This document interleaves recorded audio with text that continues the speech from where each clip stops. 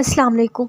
मायूस ना होना, यहाँ कब किसको सब कुछ मिला है, तो जो मिला है उस पर शुक्र करो, नहीं मिला तो मलाल कैसा। ये जो वक्त इतना मुश्किल लग रहा है ये भी गुजर जाएगा। वक्त तो होता ही गुजरने के लिए है, ठहरना कहाँ आता है वक्त को। मायूसी तो कुफर है, फिर क्यों मुश्किल लग रही है ज़िंदगी।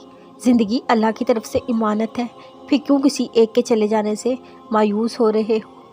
ये खटन वक्त तो बस वक्ती है, आजमाइश जब अल्लाह ने दी है तो इससे निकालेगा भी वही, तुम बस उस पर यकीन रखना। जब वो रब दे सकता है तो क्या ले नहीं सकता। जब देता है तब तो खुश होते हो, अगर ले लेता है तो मायूस क्यों हो जाते हो। वो रब तो आजमाइश भी उन्हीं के ज़रिए देता है जो आपके करीब होते हैं। वो देखता है मेरा बंदा हिम्मत हार जाता है या सब्र कर जाता है, और पता है जब आप सब्र कर लेते हैं वो आपकी मंजिल आपकी पसंदीदा बना देता है, वहाँ से जहाँ से आपका गुमान भी नहीं होता। उसकी रज़ा में राज़ी होना इतना मुश्किल नहीं जितना आपने खुद पर हावी किया हुआ है।